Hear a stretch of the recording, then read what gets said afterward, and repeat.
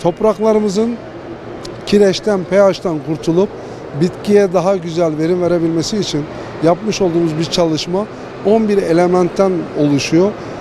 Bu buluşların %70'i Türkiye'den temin ediliyor, %30'u yurt dışına bağlıyız. Ama o yapmış olduğumuz %30'un şu anda başka bir hocalarımızla yaptığımız çalışmada nasip olursa inşallah %10'a düşürmeyi düşüneceğiz. Ondan sonra tamamen yerli ve milli bir ürün elde edeceğiz. İlk 3 elementte topraktaki pH kireci düşürüp toprağın oksijen almasını sağlayabilmek için toprağın düzenlemesini sağlıyoruz. Organik içeriğini artırıyoruz, demir içeriğini artırıyoruz.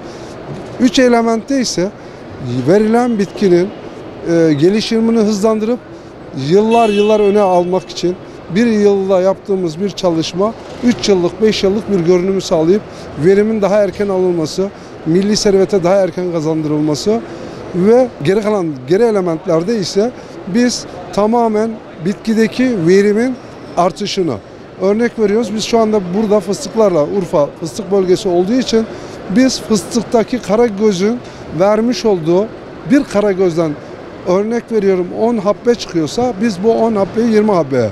1 yaşından itibaren biz kontrol altına alıyoruz. Yeni ekilecek olursa ekilenle ekilmeyen arasında %100 gözle görülür bir şekilde bir fark alıyoruz. İlk adımda gittiğimiz arazilere, ürünle tanışan insanlara, çiftçilerimizle başından son vakasına kadar onların budamasından, tarla sürmesinden, ilaçlamasından bütün şeylerle birebir ilgileniyoruz ve ücretsiz.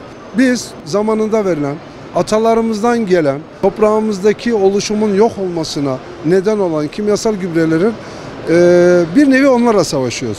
Biz organo mineraldir. %30 kimyasal dediğim gibi %70'i organiktir.